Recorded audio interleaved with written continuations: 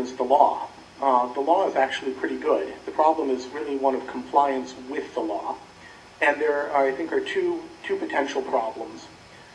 One is, so according to the American Securitization Forum, and I would agree with them, that there are two generic ways in which you would transfer the notes and the mortgages in a securitization. One is that you would negotiate the notes through the procedure set out in Article 3 of the Uniform Commercial Code, just the way you would sign the back of a check to negotiate it to the bank when you deposit it. Similarly, you could sign it, endorse it to someone else. That way is fine. Alternatively, Article 9 of the Uniform Commercial Code allows for promissory notes and mortgages to be transferred as part of under just a regular contract of sale. That system works fine. The first question is whether that system was actually the one that governed securitization.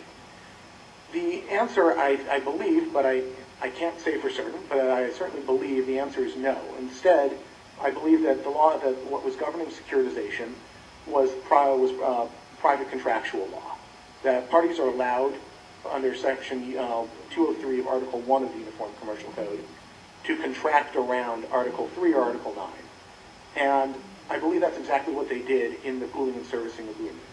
Pooling and servicing agreements are trust documents that create a trust, set forth a transfer of assets to the trust, set forth the rights of the mortgage-backed security holders, because the trust pays for those assets by issuing mortgage-backed securities, and sets forth the rights and duties of the servicer. The securitization documents themselves, the pooling and servicing agreement, calls for a rather specific method of transferring of mortgage notes. My understanding, and this is a second-hand understanding, I want to emphasize this, because I have not seen more than a handful of loan files. My understanding is that generally the requirements set forth in the pooling and servicing agreements were not followed, and they were not followed in the following way.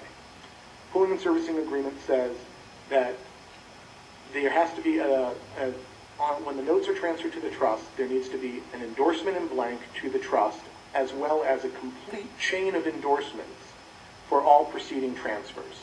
That means that the originator of the loan has to have a specific endorsement transferring it to the securitization sponsor, the sponsor to the depositor, and then the depositor in blank to the trust. What I'm told is that in the majority of cases, that chain of endorsements is not there. There's simply a single endorsement in blank. That creates a problem because it does not comply with the trust documents. That is a severe problem because most pooling and servicing agreements are trusts that are governed by New York law, and New York law says if you are not punctilious in following the trust documents for a transfer, the transfer is void.